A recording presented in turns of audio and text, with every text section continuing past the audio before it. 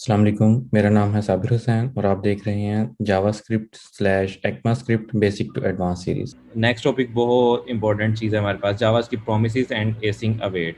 तो सबसे पहले जो हमारे पास जावास्क्रिप्ट है बेसिकली ये सिंक्रोनस वे में काम करती है। ठीक है, सिंक्रोनस का मतलब ये है कि एक लाइन एग्जीक्यूट होगी, फिर दूसरी, फिर तीसरी, फिर चौथी। तो फॉर एग्जांपल कि इस लाइन के ऊपर मैंने एक कोड लिखा हुआ है जिसके अंदर मैंने एक सर्वर को कॉल की हुई है। तो उस सर्वर को कॉल का वो पूरा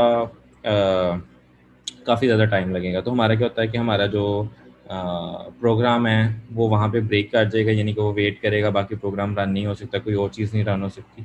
तो ये लेकिन ये बाय डिफ़ॉल्ट बिहेवियर है जावास्क्रिप्ट का। तो हम लोग एसिंक बिहेवियर को एसिंक बिहेवियर के अंदर चेंज कर सकते हैं। ठीक है, सो बाय डिफ़ॉल्ट जावास्क्रिप्ट जो है वो सिंक्रोनस है, और एसिंक में कन्वर्ट करने के लिए हम लोग प्रोमिसेस यूज़ कर सकते हैं, एसिंक अवेट यूज़ कर सकते हैं। तो सबसे पहले देखते हैं जावास्क्रिप्ट प्रोमिसेस क्या होते हैं। We need asynchronous behavior using web API. Some JavaScript jobs can be transferred to the other threads. Handling of Ajax request, Ajax request वही होती है जब आपने किसी सर्वर को रिक्वेस्ट की हुई है और आप वेट कर रहे हैं डाटा आ जाए। ठीक है, और rest API call, rest API जो है वो हम लोगों ने अभी रिएक्ट की एप्लीकेशन के अंदर सारी रेस्ट एपीआई कॉल करेंगे, सेम सेम होती है। ठीक है, दोनों। तो यानी कि आपने सर्वर को कॉल की हुई है और आप डाटा का वेट कर रहे हैं, तो should be done on a different thread. उसको एक डिफरेंट थ्रेड पे मूव हो जाना चाहिए ताकि हमारी बाकी की सारी एप्लीकेशन जो है वो ब्लॉक ना हो जाए और वो हम लोग बाकी की सारी एप्लीकेशन चलती रहे। तो ये वाला जो बिहेवियर है ना, ये एसिंक बिहेवियर है। तो ये हम लोग प्रोमिसेस के साथ और एसिंक अवेट के साथ एक्सेस करते हैं।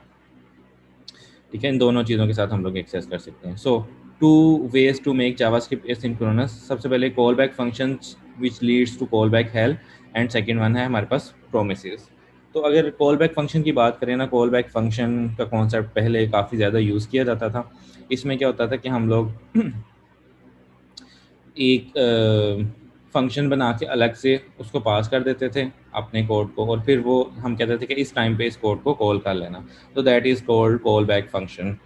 सो जैसे कि सेट टाइम आउट के अंदर हम लोग क्या करते हैं कि ये एक फंक्शन है ऑलरेडी बना हुआ, इसको हम लोगों ने लास्ट टाइम भी देखा था। तो ये क्या करता है, ये डिले डाल देता है आपके फंक्शन कॉलिंग के अंदर।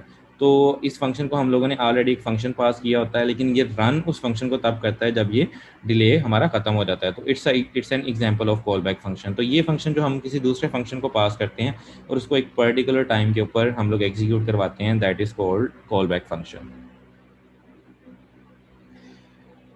अच्छा जी, asynchronous JavaScript with callbacks. तो इसमें से अगर मैं ये अपना फर्स्ट लिंक ओपन करूँ,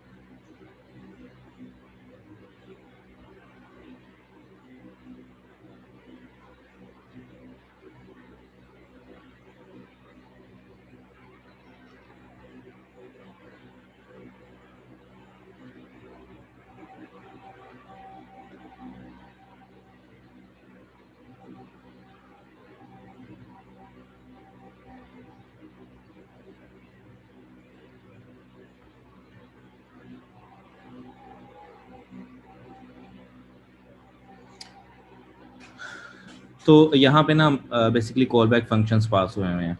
तो समझने की कोशिश करते हैं। सबसे पहले मेरे पास तीन फंक्शन है, फंक्शन ए, बी एंड सी, और तीनों के अंदर मैंने सेट टाइम आउट के साथ ये एज्यूम किया हुआ है कि मैं एपीआई कॉल कर रहा हूँ। एक का रिस्पॉन्स मेरे पास 1 सेकंड में आ जाएगा, एक का हाफ सेकंड में आ जाएगा, और एक का 1.2 सेकंड में आएगा। Got it. और उसके अंदर जैसे ही रिस्पॉन्स आता है तो मैं उसको कंसोल करवा रहा हूँ ताकि मुझे पता चल जाए कि अच्छा, ये फंक्शन तो मैंने कॉल कर दिया था लेकिन स्टिल इट्स ऑन वेटिंग। तो अब ये मेरे पास कब चला है और किस टाइम पे इसका रिस्पॉन्स आया। नीचे देखिए तो हम लोग सबसे पहले ए को कॉल कर रहे हैं। ए को कॉल करने के बाद फ़ौरन हम लोग कह रहे हैं ए इज़ डन। सो अगर ये सिंक्रोनस बिहेवियर होगा तो होगा क्या कि ए को कॉल करेगा और पूरे प्रोग्राम का वेट करेगा, यानी कि इसको एग्जीक्यूट होने का वेट करेगा। जब ये एग्जीक्यूट हो जाएगा तो फिर ये वाली लाइन एग्जीक्यूट होगी, console dot log A is done, then it will be move on B.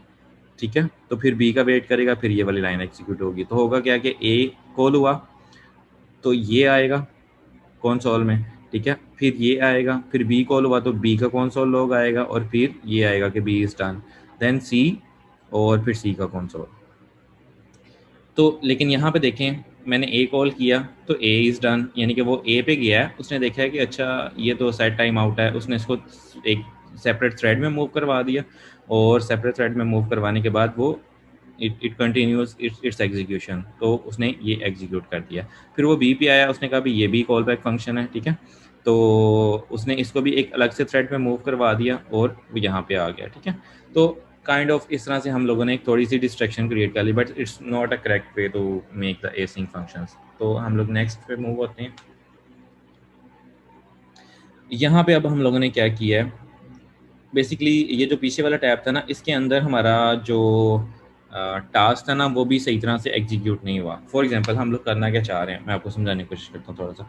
हम लोग करना ये चाह रहे हैं कि जब ए एग्जीक्यूट हो तो ए एग्जीक्यूट होने के बाद फिर बी एग्जीक्यूट हो। ठीक है, फिर बी एग्जीक्यूट होने के बाद सी एग्जीक्यूट हो। तो यहाँ पे ना ये कुछ इस तरह से होता हमें नज़र आ नहीं रहा। ठीक है, थोड़ा सा एसिंग टाइप का बिहेवियर आया, थ्रेड पे मूव हुआ है, लेकिन उस तरह से नहीं आया। हम लोग ये चाहते हैं कि पहले ए अपनी एग्जीक्यूशन कंप्लीट कर ले, देन जैसे कंप्लीट हो फिर बी कॉल हो, देन जैसे कंप्लीट हो फिर सी कॉल हो। तो उसके लिए हमें क्या करना पड़ेगा, फंक्शन वही है ए बी एंड सी। ठीक है, लेकिन उसका कॉलिंग का तरीका जो है ना, वो हम लोगों ने थोड़ा सा चेंज कर दिया। तो बेसिकली मैं क्या कर रहा हूँ, ए को कॉल करके ए के अंदर मैं बी कॉल कर रहा हूँ। ठीक है, और बी को कॉल करके मैं उसके अंदर सी कॉल कर रहा हूँ, और सी को कॉल करके मैं एक कंसोल कॉल कर रहा हूँ। ठीक है, इस तरह से है ये। मैं थोड़ा सा यहाँ पे आपको करके चलिए, दिखाता अगर दोबारा अगर आप टाइप कर लेना तो या ये हो जाएगा। हूँ। ये इस तरह से है, ए कॉल किया मैंने, और यहाँ पे ए के अंदर ना मैं एक फंक्शन पास कर रहा हूँ। ठीक है, that is B. B function को मैं यहाँ पे कॉल कर रहा हूँ। ठीक है, तो होगा क्या कि यहाँ पे ए को मैंने कॉल किया और मैंने एक फंक्शन पास कर दिया जो कि मेरे पास उससे नीचे लिखा हुआ है, which is B function. Got it. और यहाँ पे मैंने ये वाला जो फंक्शन है ये एज एन आर्गूमेंट पास कर रहा हूँ ना मैं। ए के अंदर हम लोग जो भी लिखते हैं, लेट से मैं यहाँ पे लिखता हूँ ए कोमा बी, ये मेरे आर्गूमेंट्स होते हैं ना। तो यहाँ पे मैं फंक्शन एज एन आर्गूमेंट पास कर रहा हूँ, जो कि हम लोग इजीली कर सकते हैं। तो ये मैंने अपना फंक्शन जो है वो एज एन आर्गूमेंट यहाँ पे पास कर दिया। इसको मैंने यहाँ पे रिसीव किया, यहाँ पे हम उसका कोई भी नाम रख सकते हैं, मैंने लिखा हुआ है कॉल बैक, सी भी रख लें, कुछ भी रख लें। तो मैंने यहाँ पे उसको as a call back treat कर लिया। तो मैं क्या करता हूँ, ए कॉल की मैंने, ए के अंदर मैंने बी रखवा के सेंड कर दिया। अब मैं इसको क्या कह रहा हूँ कि जब आप ए कॉल करो, सेट टाइम आउट कॉल हुआ, पूरा हो गया, उसके बाद फिर मैं कॉल बैक फंक्शन के अंदर क्या पड़ा हुआ है बी, तो फिर बी कॉल हो जाएगा ऑटोमेटिकली। ठीक है, और फिर इसी तरह से बी के अंदर मैंने सी भेजा हुआ। ठीक है, और सी के अंदर फिर मैंने कंसोल भेजा हुआ है। तो होगा क्या कि बी जब कॉल होगा तो बी को रिसीव होगा कॉल बैक फंक्शन सी, सी यहाँ पे आ जाएगा। तो जैसे ही ये एग्जीक्यूट होगा अपना टाइम का वेट करने के बाद, तो फिर हमारा कोड एग्जीक्यूट हो जाएगा सी का। और जब सी एग्जीक्यूट होगा तो सी के अंदर मैंने कोई फंक्शन हमारे पास फर्दर नहीं है, तो सी के अंदर मैंने कंसोल डॉट लॉग कर दिया। तो सी जब एग्जीक्यूट होगा तो कंसोल डॉट लॉग आ जाएगा। ठीक है, अच्छा, सेव करते हैं। और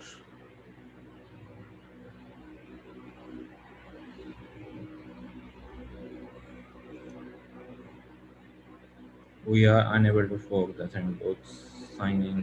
अच्छा, साइन इन नहीं होगा, चलो कोई बात नहीं।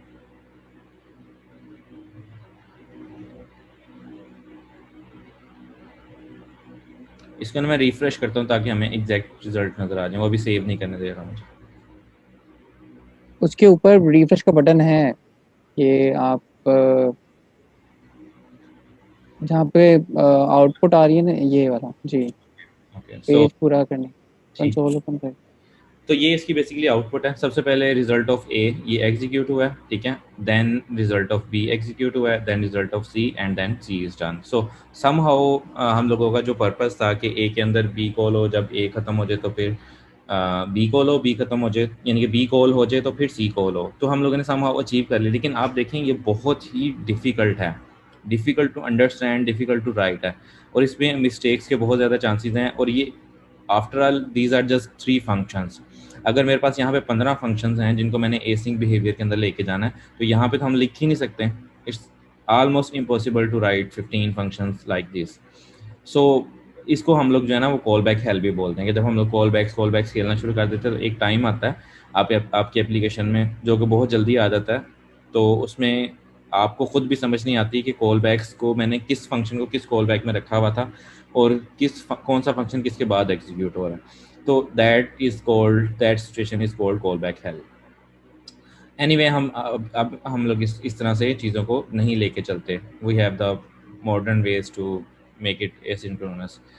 तो उसमें ये कॉल बैक हेल हो गया, ये थोड़ा सा एक्सप्लेन किया हुआ है, ठीक है। Now we have the promises and async await. So promises, benefits of promises improve करते हैं coordinatability, better handling of asynchronous operations है, better flow of control definitions है, एटसेट्रा एटसेट्रा। अच्छा, प्रोमिस की जो इंपॉर्टेंट चीज़, इसके प्रोमिस की 4 स्टेट्स होती हैं, ठीक है। यूजुअली वी कैन से कि इसकी 3 स्टेट्स होती हैं। यहाँ तो प्रॉमिस फुलफिल हो जाता है, ठीक है, यानी कि सक्सीड हो गया। यहाँ रिजेक्ट हो जाता है तो आपको एरर बता देता है कि यार ये एरर है मेरे पास, मैं रिजेक्ट हो गया हूँ। या फिर पेंडिंग स्टेट में होता है, यानी कि अभी फुलफिल भी नहीं हुआ, रिजेक्टेड भी नहीं हुआ, सर्वर के ऊपर कॉल गई हुई है, लेकिन in any how it it should be settled, ठीक है। ऐसे नहीं होता कि प्रोमिस आपका बस चला गया, वेट पे लगा हुआ। पेंडिंग स्टेट जो है ना वो थोड़ी देर के लिए होती है हमारे पास, ठीक है। ये आपको कोई ना कोई आंसर ज़रूर देता है, यानी कि यहाँ तो फुलफिल होता है या रिजेक्ट होता है।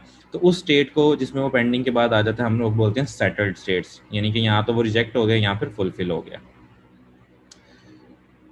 ओके, तो प्रॉमिस के लिए हम लोग क्या करते हैं, न्यू प्रॉमिस लेने के लिए न्यू का कीवर्ड यूज़ करते हैं और प्रॉमिस कैपिटल पी के साथ यूज़ करते हैं। प्रॉमिस जो है वो हमारे दो function as a argument receive करता है अगर हम लोग न्यू प्रॉमिस खुद से बना रहे हैं, ठीक है। फर्स्ट वन फंक्शन को हम लोग बोलते हैं रिजोल्व एंड सेकंड को बोलते हैं रिजेक्ट, ठीक है। Promise constructor takes only 2 arguments, call back functions, ये दोनों कॉल बैक फंक्शंस होते हैं, ठीक है। यानी कि अपनी जब हम इसको प्रॉमिस को रिजॉल्व हो जाता है तो रिजॉल्व कॉल करता है प्रॉमिस ऑटोमेटिकली, और जब रिजेक्ट हो जाता है तो ये सेकंड वाला फंक्शन कॉल करता है। तो ये 2 आर्गूमेंट हम इसको पास करते हैं, बाकी इसका कंस्ट्रक्टर खुद से मैनेज करता है जावास्क्रिप्ट का। So callback functions take 2 arguments, resolve and reject. Perform operations inside the callback function, and if everything went well, then call the resolve. और अगर कोई चीज़ हमें रिजेक्ट करवा देती है, फॉर एग्जांपल सर्वर के पास गया, सर्वर ने कहा बोला आपके पास आपका यूज़र जो है ना उसको एक्सेस नहीं है ये चीज़, इस चीज़ की, तो रिजेक्ट हो जाएगा विद प्रॉपर मैसेज के परमिशंस जो है आपको रिक्वायर्ड है। ये एक एग्जांपल हम लोगों ने लिखी हुई है, ठीक है। इसमें एक प्रॉमिस बनाया हुआ है, इसको ले जाते हैं उधर अपने कोड में, सो वी कैन सी।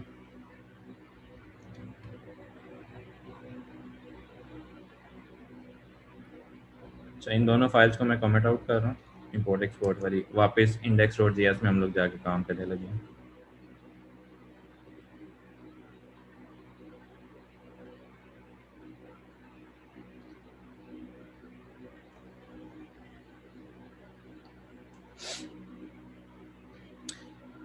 ये मेरे पास एक वेरिएबल में मैंने रखा है माई प्रॉमिस, न्यू का कीवर्ड यूज़ किया, कैपिटल प्रॉमिस के साथ प्रॉमिस लिखा है, रिजोल्व एंड रिजेक्ट 2 आर्गूमेंट है मेरे पास, और ये दोनों मेरे पास जो है वो एज अ फंक्शन काम करते हैं, यानी कि जब अगर हमारी कंडीशन मैच कर देती है तो रिजोल्व कॉल होता है, अदरवाइज रिजेक्ट कॉल होता है। इस तरह से मैं कह रहा हूँ कि वो एरर क्यों थ्रो कर रहे हो भाई।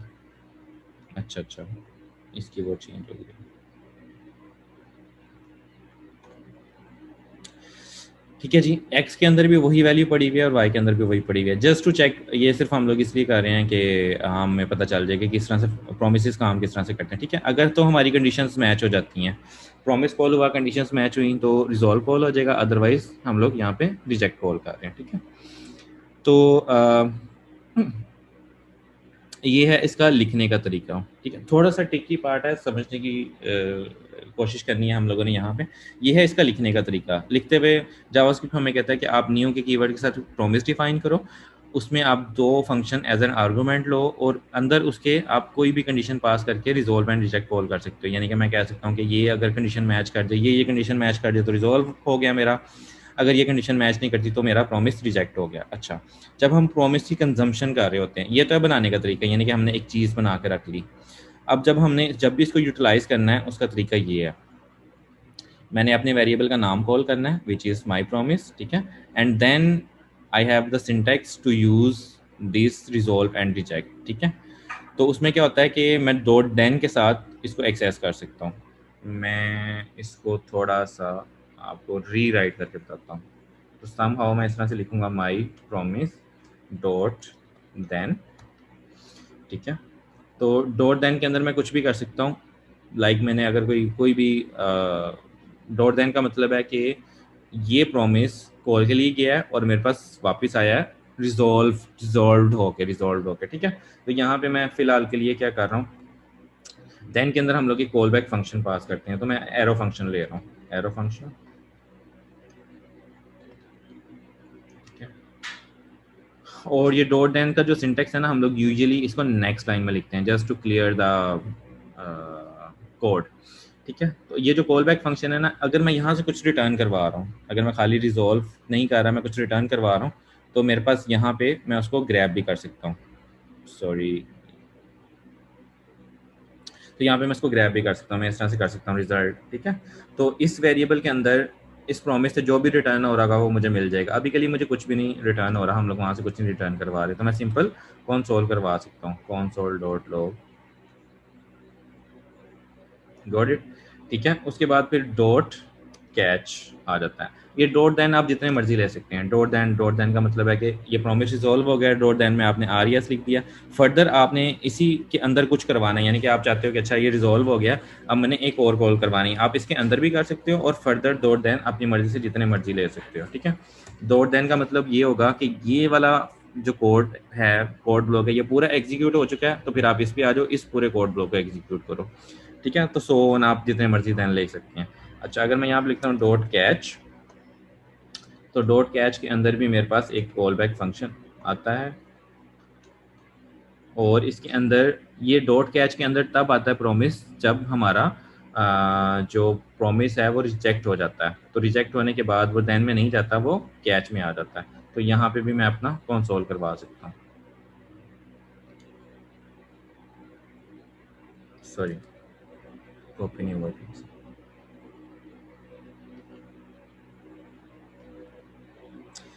सेव करते हैं और चेक करते हैं कोड।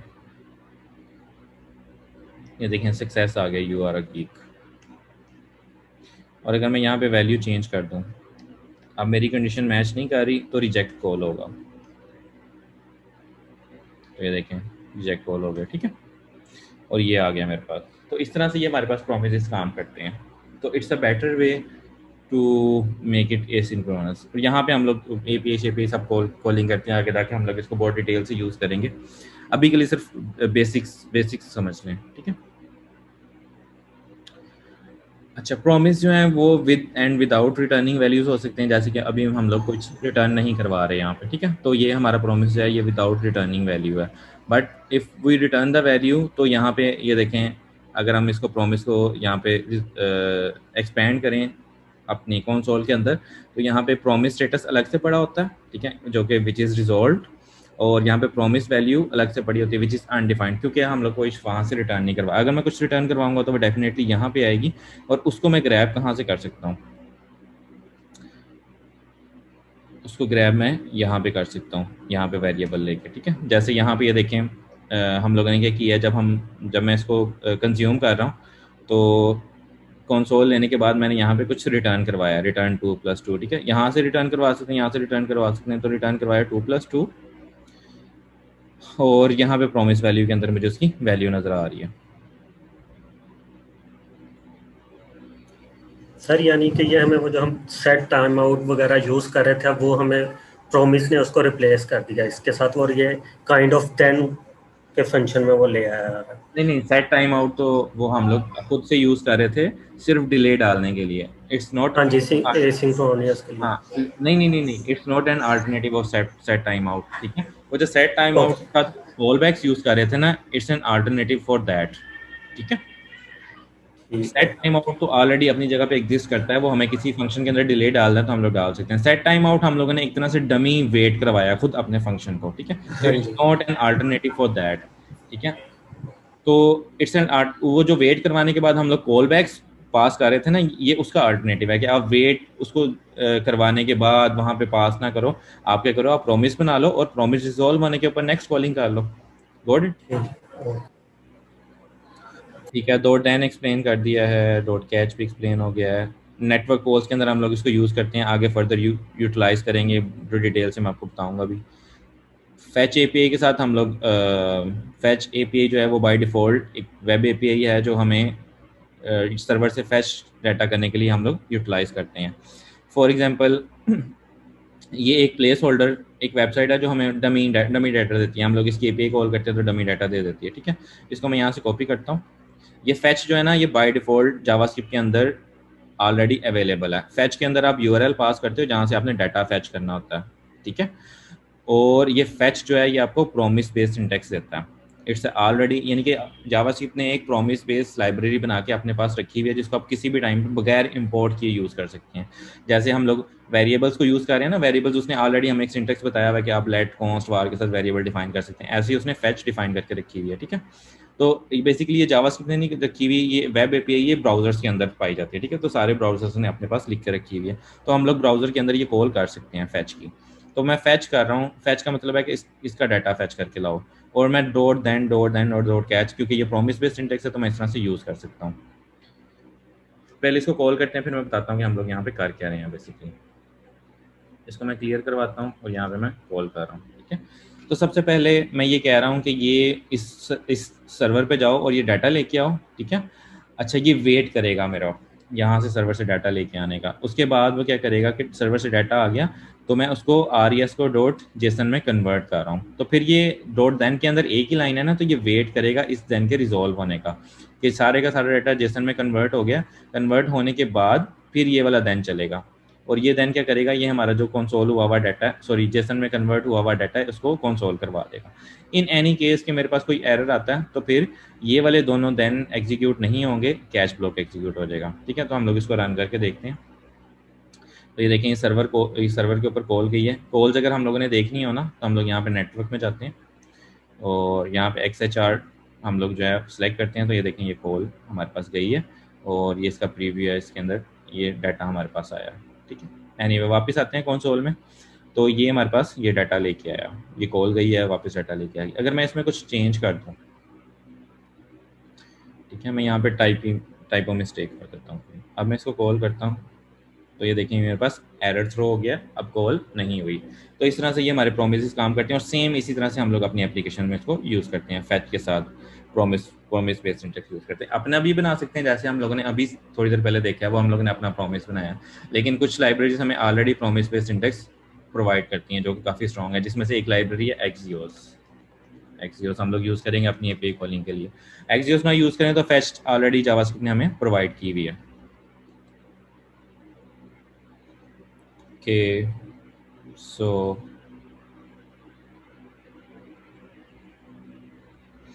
अच्छा, इसके अंदर एक और सिंटेक्स हम लोग यूज़ कर सकते हैं सिंक अवेट का। उसमें क्या होता है ये बिल्कुल सिंपल से सिंटेक्स है, इसको मैं यहाँ से कॉपी करता हूँ। सबसे पहले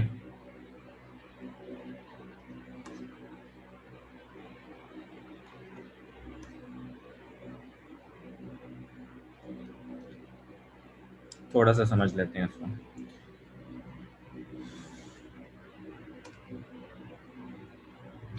एक वेरिएबल मैंने लिया, उसके अंदर मैंने अपना यूआरएल स्टोर कर दिया सिंपल, ताकि जहाँ पे मुझे ये कॉल करना हो मैं इस वेरिएबल को कॉल कर लूँ, एपीआई के नाम से मैंने स्टोर कर दिया, ठीक है। Then I have a function, ठीक है, ये एक एरो फंक्शन है सिंपल, ऐसे ही लिखते हैं ना हम लोग एरो फंक्शन, कॉन्स्ट आगे वेरिएबल का नाम इक्वल साइन और फिर कर्ली ब्रेसिस के साथ अगर यहाँ पे कोई आर्गुमेंट पास करना तो आर्गुमेंट पास कर सकता हूँ, वरना एरो लगा के आगे फंक्शन की बॉडी आ जाती है, ठीक है। ऐसे ही है। अब हम लोग क्या कर सकते हैं कि इसी फंक्शन को प्रॉमिस बेस्ड सिंटेक्स में चेंज कर सकते हैं। इसको बोलते हैं एसिंक अवेट सिंटेक्स हमारा, क्या इसमें भी सेम उसी तरह से बिहेवियर वो करता है। इसके लिए क्या करना पड़ता है हमें, यहाँ पे हम लोग एसिंक डाल देते हैं, ठीक है। एसिंक डालने से फ़ायदा ये होता है कि जहाँ पे भी हमें वेट करवाना है, यानी कि मैं कहता हूँ कि इस एपीआई को कॉल करो, देखो मैं फैच यूज़ कर रहा हूँ, फैच को मैं एपीआई पास कर रहा हूँ, सेम वही वाला सिंटेक्स है लेकिन थोड़ा सा डिफरेंट वे से है। तो मैं फैच कॉल किया है और मैंने उसको एपीआई पास कर दिया, लेकिन स्टार्ट में मैंने लगा दिया अवेट। तो ये एपीआई की कॉल होने तक का वेट करेगा, जब एपीआई कॉल से रिजल्ट आ जाएगा तो ये आरईएस में स्टोर करवा देगा, ठीक है। फिर मैं कह रहा हूँ वेट करो, आरईएस को कन्वर्ट कर दो जेसन में, तो ये जेसन में कन्वर्ट करने का वेट करेगा, देन इसको स्टोर कर देगा इस वेरिएबल में, और उसको फिर हम लोग यहाँ पे करवा रहे हैं, कंसोल करवा रहे हैं। सो अगर मैं यहाँ पे आऊँ कंसोल में, रिफ्रेश करूँ, तो ये मेरे पास कॉल गई और मेरे पास ये डाटा आ गया। तो सेम दोनों तरह से हम लोग अपने प्रोग्राम के अंदर लिख सकते हैं, ये ज़्यादा आसान तरीका है ये वाला, ठीक है। और दोनों तरीके हम लोग मैक्सिमम एक जैसे यूज़ करते हैं। जब हम लोग फंक्शन के अंदर किसी के अंदर काम कर रहे हैं और हमें प्रॉमिस बेस्ड सिंटेक्स चाहिए तो हम लोग एसिंक का वेट करवा लेते हैं, ठीक है। और अगर हम लोग काम ही स्पेसिफिकली एपीआई कॉलिंग का कर रहे हैं तो फिर हम लोग वो डॉट देन डॉट कैच वाला सिंटेक्स यूज़ कर लेते हैं। तो ये दोनों सिंटेक्स हैं, दोनों बहुत आसान है, ईजिली यूज़ किए जा सकते हैं।